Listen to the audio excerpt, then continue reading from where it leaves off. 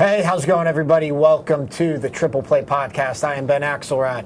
He is Bud Shaw. A lot going on in the Cleveland sports scene. And Bud, training camp is right around the corner. Kicking off here next week in Berea.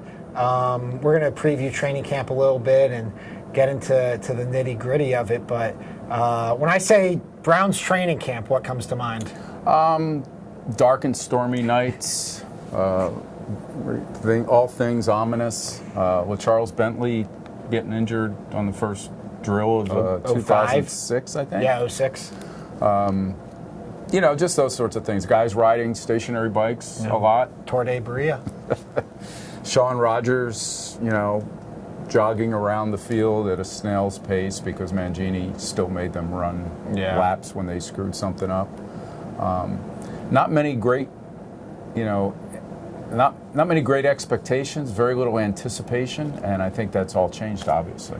Yeah, and that's something, they would go training camp sessions without, scoring touchdowns. Oh, yeah. And that was pretty commonplace from, 2009 through 2017. Yeah, I'm glad you mentioned that because, when we'd be out there, the national guys who'd been around the different camps would come in, and there would be just this look on their face, and when you talk to them about it, they'd say, well, I just came from Pittsburgh or Baltimore or somewhere where the ball never touched the ground during this offensive drill, and you realize sometimes that you were a little too close to it. You thought, oh, well, it's only practice, it's only camp.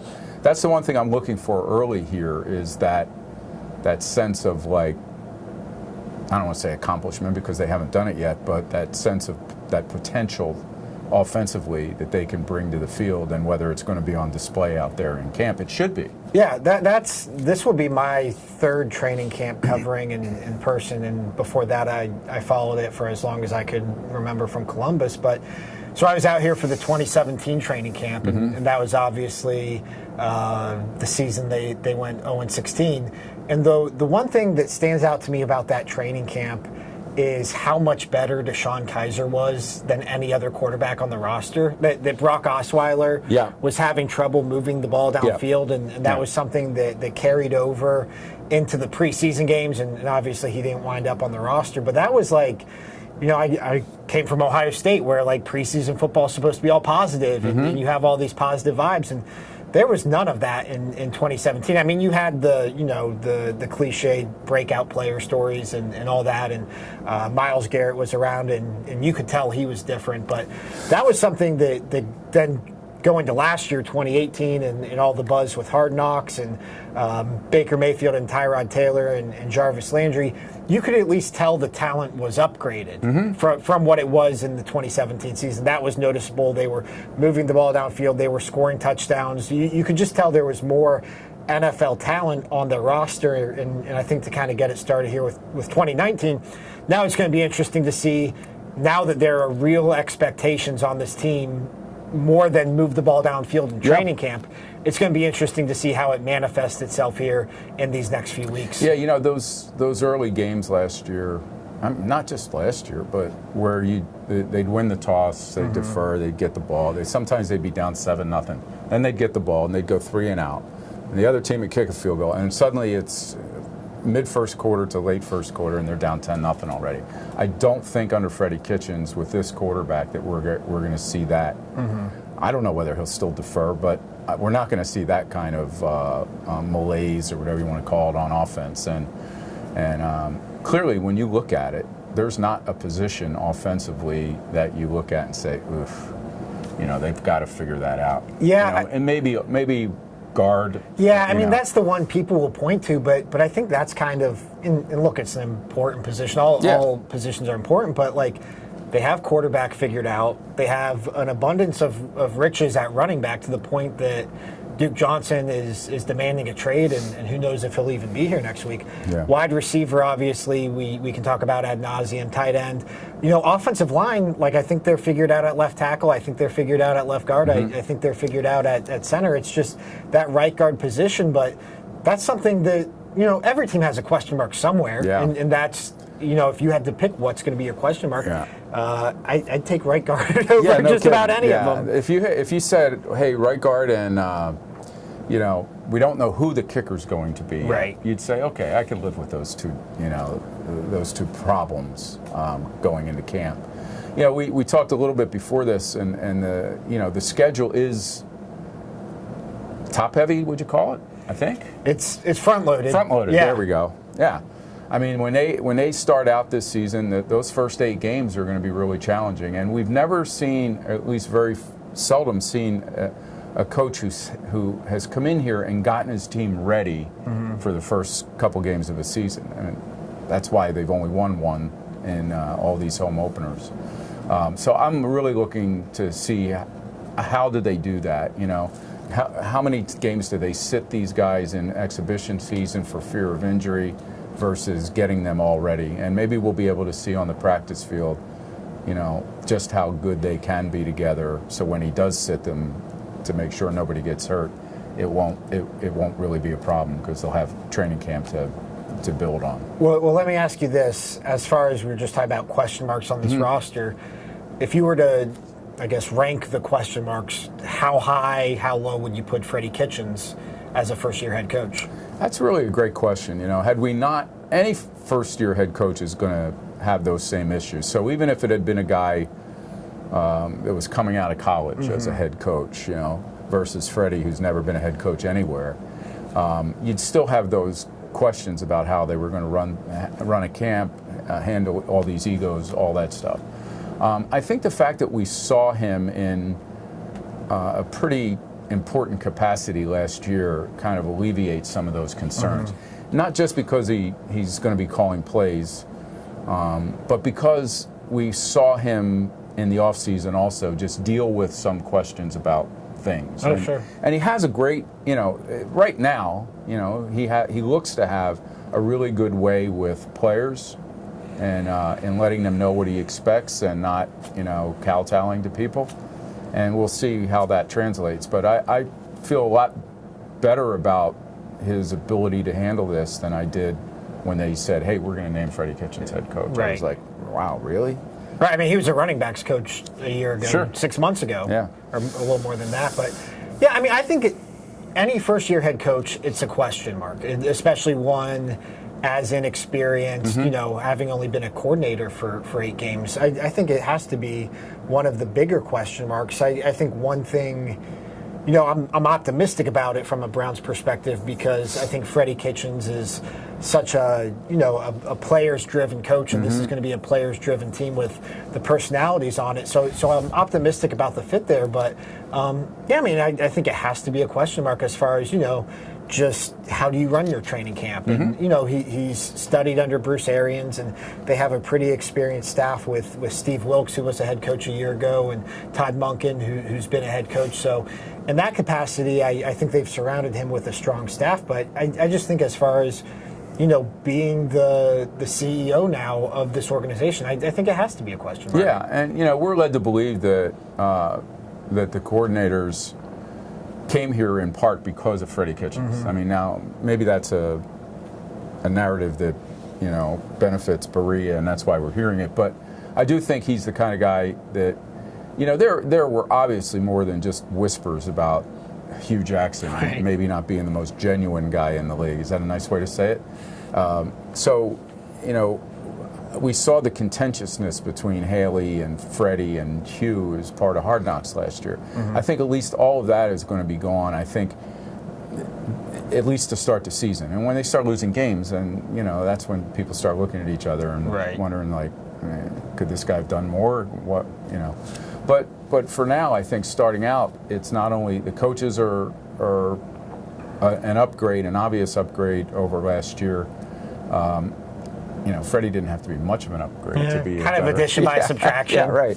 And I think some of the guys that have come onto this team come in here knowing that Baker Mayfield has already sort of signed off on Freddie Kitchens, and Baker Mayfield's the clear leader of this team. So I think it'll be smoother than we think, unless, as someone in this room who will go unnamed suggests, that they might lose their first 8 games. It wasn't me, for the record. Who was that? They aren't. I mean, I think the important thing as far as Freddie Kitchens is they aren't going to hit, barring a catastrophic injury, they aren't going to hit any adversity this training camp, this preseason. And, you know, they'll hit some adversity at some point during the season. I think that will be Freddie Kitchens', you know, first real test where we can evaluate him and grade him and see just how much of an upgrade from Hugh Jackson and Greg Williams he actually is. They have their quarterback figured out, like, indisputably for the first time since 2000, 2001. Like, this is, I guess maybe Jeff Garcia in 2004, but this is the first time they are entering a season that I can, you know, last year it was supposed to be settled with Tyrod Taylor that he's going to be the starter and Baker's going to be the backup, but even midway through training camp, there started to be whispers, you know, from the people out there watching every day that Baker's better. Like, Baker's just the better quarterback. Yeah. And anytime you take a quarterback number one overall, he's not going to be on the bench for long, and we obviously saw that with Baker. But this is the first time, you know, even those guys I mentioned, Tim Couch and Jeff Garcia, I don't know if they've ever entered a season feeling this good about their quarterback. I think they probably definitely haven't. No. And getting back to last year a little bit, I understand, I think, why they wanted to just say Tyrod Taylor is going to be the guy. They wanted to take pressure. If there was any pressure on Mayfield, they wanted to alleviate that. But you really run a risk when you do that, especially when you're a head coach who doesn't have much credibility with the players. And because they saw what you saw. Right. And as camp goes on, they start going, you know, here we go again. We're going to start a season without, you know, the best guy behind center. What are we doing here, you know? I think 1-31 hung over this franchise. Nah. I think it hung over this franchise so much last year that they entered that season just wanting to get a win. And they thought, even if they thought Baker was the better quarterback, I think they thought Tyrod was the safest answer to just get them a win in those first 3 weeks. And ironically, it took Tyrod getting hurt and knocked out of a game for Baker to come in and win a game. But, you know, that was one thing that I just thought, you know, that's another thing that's different about this year is you don't have that need to get, and I mean, there's more expectations for this team than any previous Browns team in recent memory, but there is not that immediate need to get a win in the first 3 weeks like there was last year. Yeah, no, I mean, I think there'll be a different kind of, I don't want to say panic, but there'll be a different different kind of reaction if they do end up going 0-3 to start the season. If they go right? 0-1, there's going to be calls on Sports Talk Radio. It'll probably be directed at the rookie head coach at that point. Yeah. But there's still going to be that sense that if they lose a close game early, it's not going to be that feeling of, oh boy, here we go again. Yeah. At least I don't think so.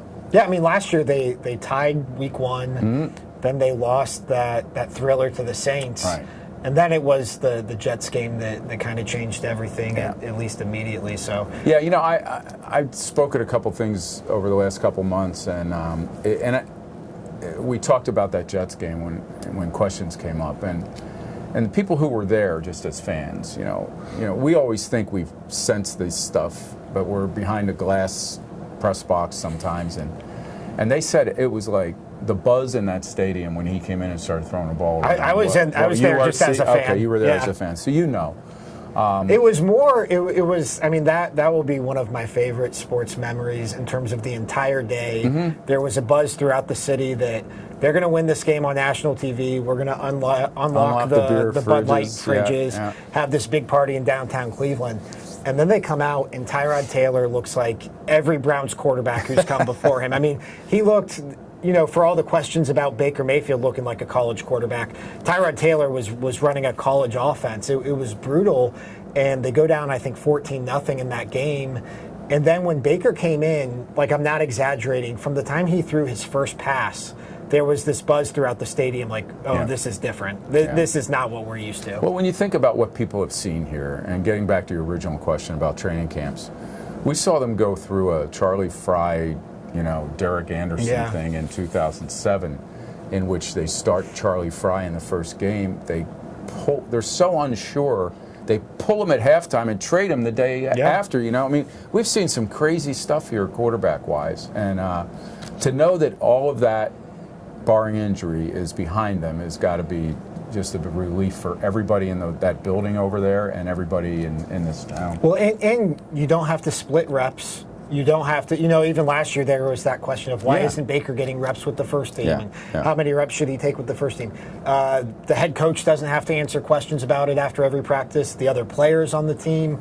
I mean, remember 2014 with Hoyer and Manziel, what a circus that was, even aside from Manziel being who he was, just having those questions after practice every day of how close is Johnny and all of that. Yeah, and for the first time in a long time, there's this feeling that, that the front office and head coaching, the coaching staff aren't at crosshairs, right?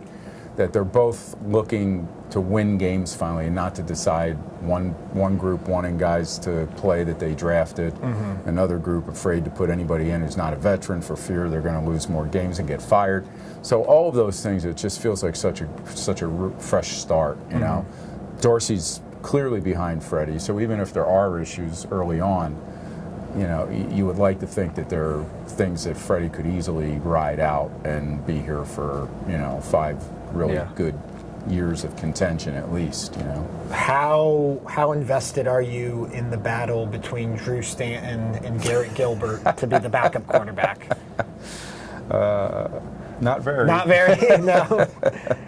Now, how about you? I think it actually is somewhat surprising. Maybe they didn't bring in a more established backup quarterback, because right now you're at a point where Drew Stanton's a snap away from playing, and I think you mean Drew Stanton, who's 11-5? Yeah, I don't really need to hear about his QB wins or anything like that. I thought. What does Madden say about him? I didn't see I didn't get that low in the ratings. I know they aren't too high on Garrett Gilbert or David Blau, so we'll see. But yeah, I thought there was an opportunity to bring in a Ryan Fitzpatrick, although he wound up with a starting gig or in a better spot for a starting gig in Miami. So I thought they could have brought in a more experienced backup quarterback or a more game-ready backup quarterback, but those are kind of first-world problems for the Browns now. As far as running back, obviously Nick Chubb, Kareem Hunt they'll get after 8 games if he can keep out of trouble and get on the field. Duke Johnson demanded a trade. I'm interested to see if he shows up next week after hiring Drew Rosenhaus as his representative. I don't know.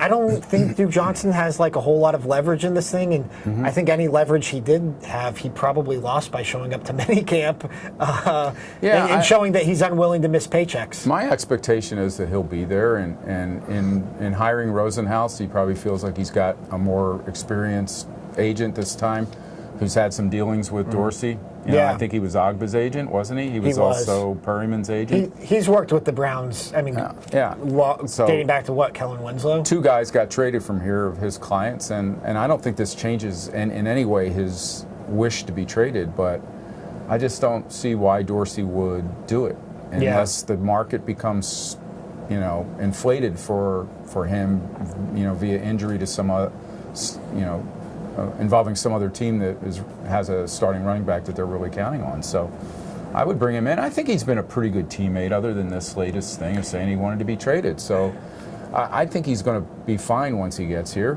and he's going to be getting the ball a lot, I would think. What did you make of Baker Mayfield kind of going at Duke Johnson when asked about it back in June? I mean, I'm split on it a little bit because that's just his personality, right. And I think people have come to expect him to speak his mind.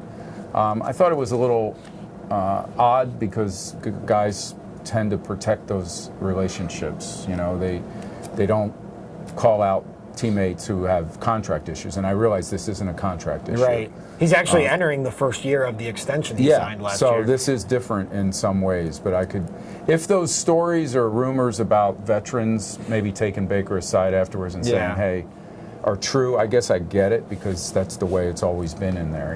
You don't necessarily call a guy out for something unless, you feel like it's a real issue with your team. And how much of an issue is it in minicamp? I wouldn't think much. I think the thing that's interesting is in the NFL, it's not like the NBA where the players in the NFL have so little leverage in these situations. Really, Antonio Brown is the only precedent for a player demanding a trade, and his circumstances were totally different than Duke Johnson's. He was looking for a new contract, and he had the profile to raise a stink. I do wonder if I'm just interested to see what it's going to look like next week when presumably Duke Johnson meets with the media if he's around, and obviously Baker Mayfield will talk to reporters. I do wonder if this gets to a point where the Browns say to themselves, this distraction or potential distraction, it's just not worth it. He's not big enough in our plans. But I think the flip side of that is, with Kareem Hunt out for at least the first 8 games,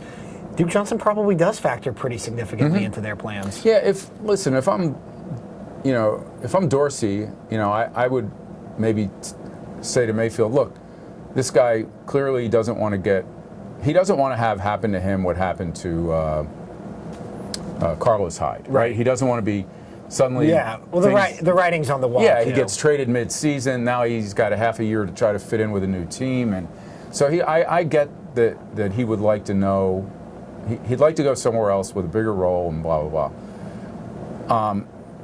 But so if I'm Dorsey, I'm going to say, listen, if he comes in and has that same press conference, I want Baker Mayfield to just say, all right, I've had my say on it. Yeah. Let's move on. Right. Because the more he talks about it, then it becomes, can these guys coexist? Can they? Right. And the fact is, I think in a locker room like that, he's not Le'Veon Bell. He's not going to sit out. He's not. I don't think. I think he's going to be here. I think knows he's hurting himself if he doesn't put out effort and show up on the field.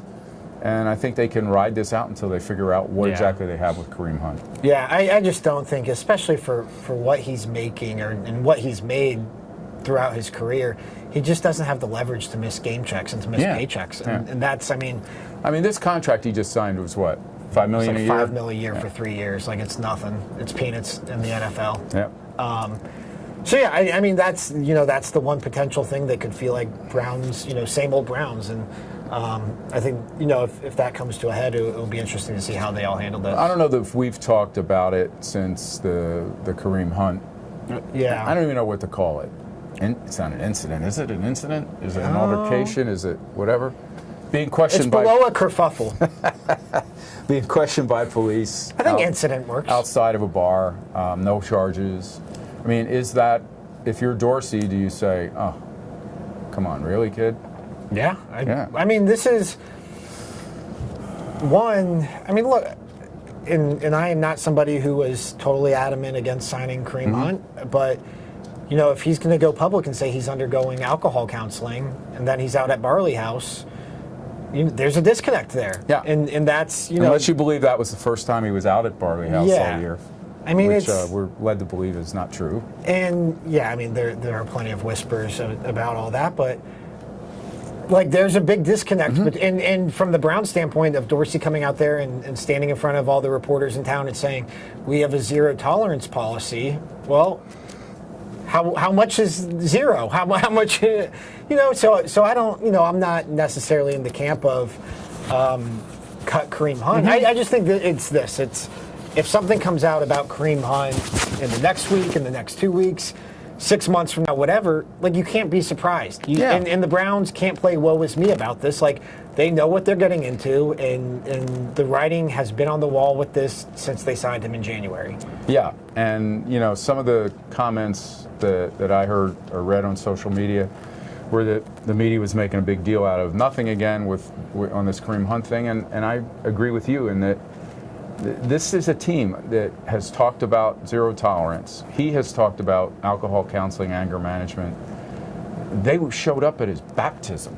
Yeah, the baptism, that might not age well, if we're going to be honest about this. And talked about what a changed guy he was. So, it is a story, and what you said in answer to my question about what Dorsey's reaction was, does anybody out there who thinks this was not a non-story think that John Dorsey believed that? That when he heard this, he'd say, don't let him get to you, Kareem. You're okay, buddy.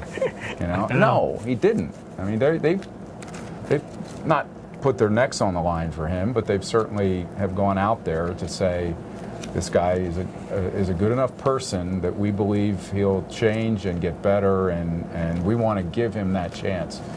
I think he's a good enough football player that they want to give him that chance. Exactly. Yeah. I think it felt very, and for, I'm guessing everybody listening to this knows, but for those who don't, there was TMZ footage of Kareem Hunt being questioned outside of Barley House. WKYC, our Andrew Gransky confirmed with Barley House's owner that Kareem Hunt was there, that there was some sort of incident where, I don't know if it was a fight or friends horsing around, but something that required the cops to come and talk to Kareem Hunt outside. And that's really all we got. There was no charges. He wasn't detained or anything like that. But when you take into account the context of Kareem Hunt's background, like, it's certainly a story. It's certainly something worth writing about and worth discussing. And it felt, it felt very Josh Gordon-like to me. And not to compare the two situations because they are different, but in terms of, here we go again. It's when his name comes up in a headline like that, you weren't surprised. And so just like, last year when whatever happened with Josh Gordon where he injured himself doing a photo shoot that ultimately was the final straw in the Browns cutting him, like, you just can't be surprised when it happens. Yeah. And, there were these same, I know some people young people in the service industry of a place that I frequent sometimes in Rocky River. Frequent? Yeah, frequent. Yeah, I don't think you need to say sometimes if you frequent it. That's true. And they had been talking about Josh Gordon and seeing things around town and questioning, like, how could this guy possibly be passing tests with the NFL? Yeah. So, I mean, again, I'm not saying Kareem Hunt's doing the same thing, but you have to be aware, if you're one of these guys getting a second chance, that you shouldn't put yourself in these positions where, in Gordon's case, he really wasn't hiding what he was doing, and so I think that's a concern that Kareem Hunt would think that this was a good, not a good thing, but something that he can do publicly without anybody, including the Browns, starting to look at him and say, what have we done here? What are we going to get out of this guy? Well, that's when the Kareem Hunt thing came out. I tweeted about it, really just defending the WKYC ran a story about it. Because, you had people saying, this isn't a news story, blah, blah, blah. And I just put out that he had said he's undergoing alcohol counseling and he was at a bar. And the Browns said they had a zero tolerance policy. And it's going to be interesting to see what the limits of that zero tolerance policy Absolutely. are. Zero tolerance doesn't mean, well, the next time he gets arrested, or if he gets arrested, then that's all over with. It means if he shows that he can't be trusted, if that's the right word, and repeatedly puts himself in bad situations. Listen, I know I've said this before, and I like to say that I said it before so you don't think I'm so old that I'm just repeating myself without knowing I am. I really am. The Kansas City people called me immediately when this decision to re-sign him. And a couple of these guys said, this is what the organization here was worried about all the time, was that he would go back to Cleveland in the offseason and be around guys that he maybe doesn't need to be around. And so now this is where he's living and working. And certainly when something like this happens, that's the context. And I think it's reason to be a little concerned. And I don't know that it will affect, I guess the question is, do you think it affects the way they now look at Duke Johnson? This singular, I think singular issue.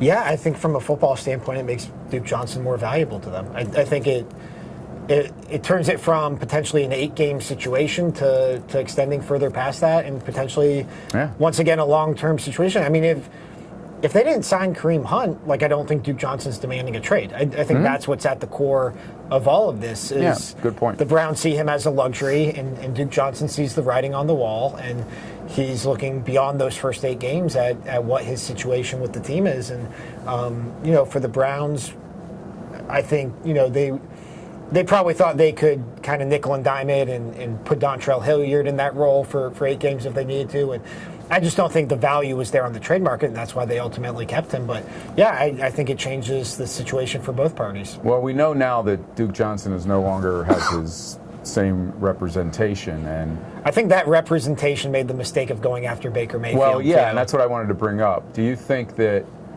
the fact that Baker Mayfield not only went public with his dissatisfaction with Duke Johnson, but then Duke Johnson's agent's husband also then tweeted what he did or got on social media. Do you think there's any pitfall there to these guys working together on a football field. I think the fact that Duke fired his agent is and Duke does have the respect of the locker room. Mm-hmm. And, you know, there was the report, I think it was from Mike Silver of NFL Network, that the vets on the Browns pulled Baker aside about what he said about Duke and kind of told him that's not the way this goes. And I think Baker's going to be very professional about the whole situation. I'll be interested to see how Duke approaches it, even though I don't necessarily think he was unprofessional at any point. But yeah, I mean, so it was Luther Campbell of Two Life Crew. His wife was Duke Johnson's agent. Yeah.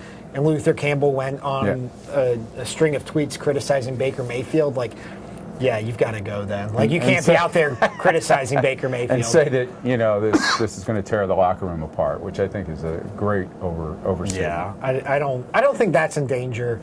But, you know, I think that is, for a team that's largely going to be focused on what's actually going on the field for once, that's one potential off-field storyline for this team. So are there any positions on this team that give you pause and say, defensively, special teams? So let's go through it. Quarterback, you have to feel good about. Yep. Running back, feel great about. Wide receiver, feel great about. A lot of depth, a lot of talent, obviously. We haven't even mentioned Odell Beckham Jr. yet. Yeah. Tight end is fine. Offensive line, like, I think that right side is a question mark in general. I think that whatever they do at right guard, whether it's Austin Corbett or Kyle Kalis, I think those are two really big question marks. And then Chris Hubbard, who they signed to starter money last year, was pretty up and down. So, excuse me, those are my two question marks. Defensive line, I think they could use some depth at pass rusher, but I think the defensive line as a whole is pretty good. Linebacker? Linebacker is going to be interesting because I think they're solid but not spectacular. Yeah, and you're counting on two young guys that haven't played in the league yet. Well, that's I like Schobert and Kirksey, and I guess Jannard Avery, who I think, you know, from what I saw in minicamp, they're going to use more as a pass rusher than a true linebacker. Like, you feel solid about those guys. I think it's going to be interesting to see if they think either of the two guys they drafted, Taki or Mac Wilson, probably more Taki, if they think either of those two guys can be an upgrade over the current starters, Kirksey and Schobert. I agree with you. I think that's still a possible area, not of concern, but something that you'll watch and say, they needed to get better. Did they get better? Yeah. How about secondary?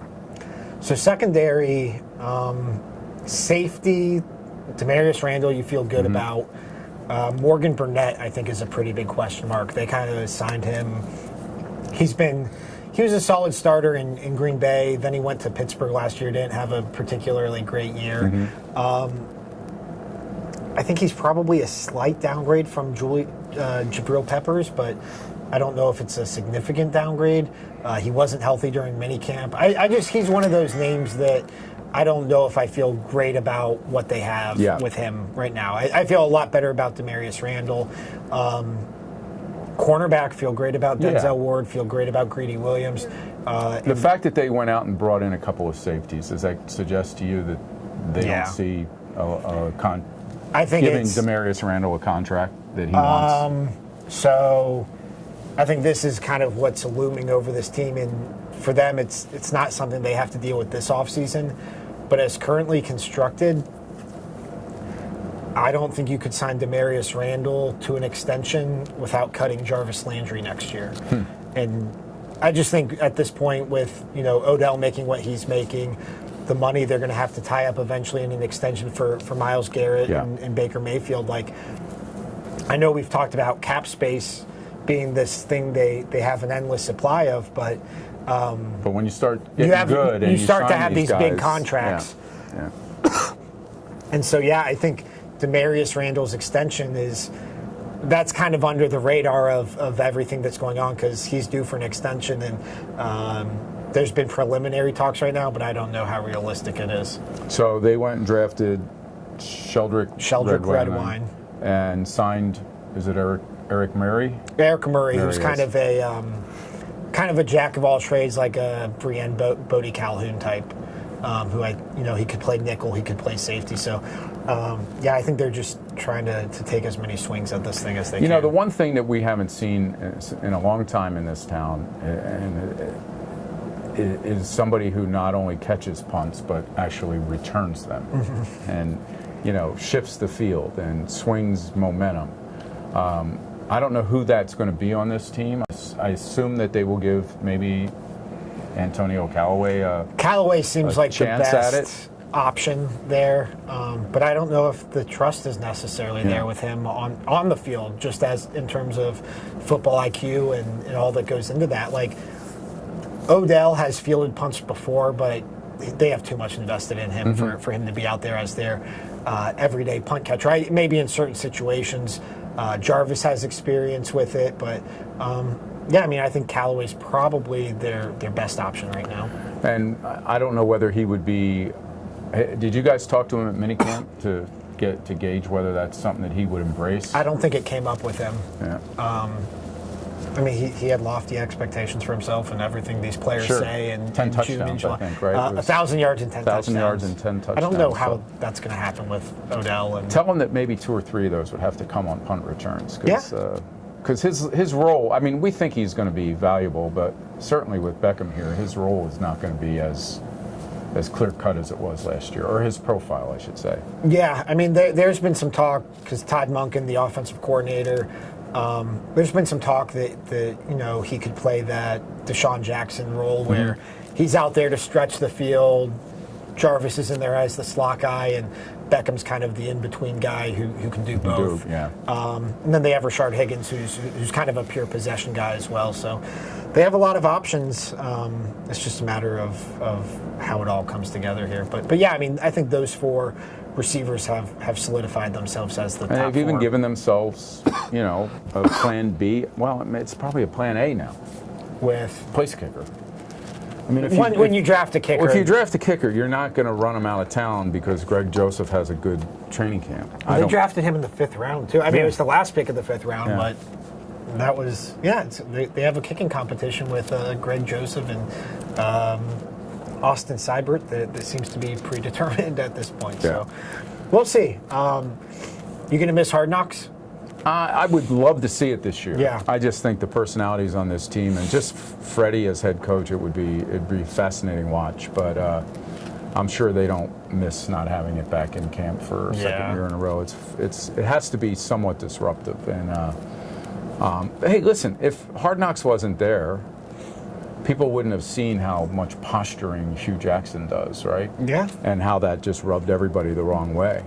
I mean, calling Baker in and congratulating him on beating out Drew Stanton, I mean, those kinds of things that you just looked at and you were like, what is going on here, And maybe Haslam needed to see some of it, I would hope, because he stood outside that Pittsburgh dressing room after 0-16 and acted like he had the coach who was going to be the answer to all the problems still, and it was Hugh Jackson, and everybody was dumbfounded by that, and I would imagine some players were too.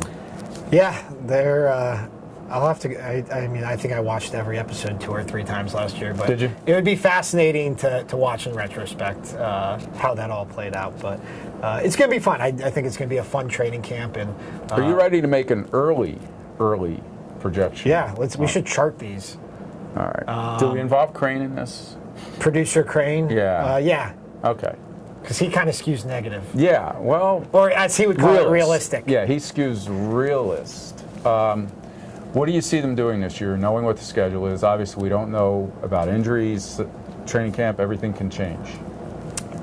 I want to be bold, like our friend Doug Lesmerises. 14-2, you just said. Well, no, I want to be bold like Doug Lesmerises, but I'm not as bold as Doug. I'm going to say 11-5. They win the division. They host a home playoff game in the first weekend. Wow. And I think that's conservative. And they lose that game, according to Colin Cowherd. He just said crash. He didn't say when they would crash. That's true. If it's a home playoff game, they'd be favored. Well, I look at the end of the schedule, which I think it brings Arizona, it brings the Bengals 2 out of 3 weeks. I think it has the Ravens at home at that point, which I think you would agree that these guys would be favored to win that, Crane. And so I'm going to say I think they go 10-6. Okay. Producer Crane? Crane? 8-8. 8-8. Okay. You know We what? will- That's a lot more optimistic than he was sounding out there Yeah. when he suggested that they could lose. Well, he has them losing 8 straight and then winning 8 straight. Okay. All right, that is bold. Balanced, yeah. We will chart these throughout the season. We might have to do this on a weekly basis, but that is going to do it for this week's Triple Play podcast. If you enjoyed the show, subscribe on iTunes, leave a rating, leave a review, tell a friend. We'll be back with you soon, breaking down all the latest in Cleveland sports.